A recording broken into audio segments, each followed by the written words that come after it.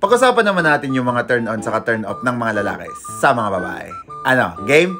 Tara, let's start! Ladies, we love you, pero may mga bagay talagang hindi namin matiis. Tulad ng maganda ka sana, pero pag kinausap ka, ang utak mo parang tulog 24/7.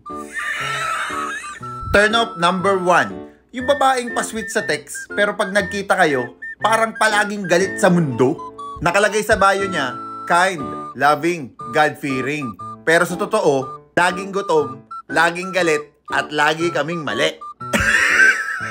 Turn off number 2. Yung babaeng ang taas ng standards, pero ang attitude, pangkanto. Like, ayoko sa lalaking walang kotse. Girl, ikaw nga wala kang pamasahe pa uwi. Ano ba talaga hanap mo?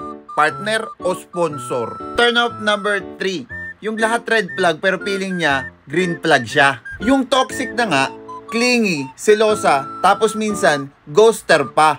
Tapos magpo-post pa ng know your worth. Wow! Teka lang, worth mo ba nasaktan ako araw-araw? Pero syempre may mga babaeng walang filter, walang arte. Tapos pagkausap mo, talagang mapapaisip kang, Lord, ito na ba talaga? Turn on number 1. Yung kalog pero may goals. Yung marunong sumabay sa mga corny jokes mo, pero habang nagtatawanan kayo, nakakabayad pa rin ng bills.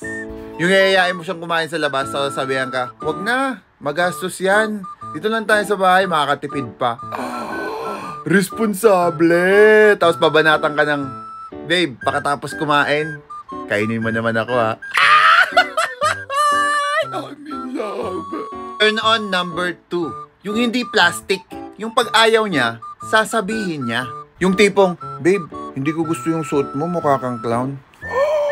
Honest, pero love pa rin kita, promise. Turn on number 3. Yung marunong makinig, kasi bihira na yan ngayon. Minsan kasi magkikwento kami, tapos ang sagot ng girl, okay, ako naman. Wait lang, ano ba to, TED Talk o date? Tapos yung tipong chill lang, hindi kailangan full glam lagi.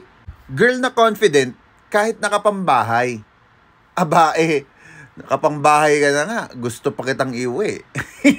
Turn on sa babae, yung may sariling mundo, pero pinasok ka ng kusa. Yung hindi mo kailangan pwersahin. Yung hindi perfect, pero totoong tao. Kasi lalaki kami? Oo, visual kami.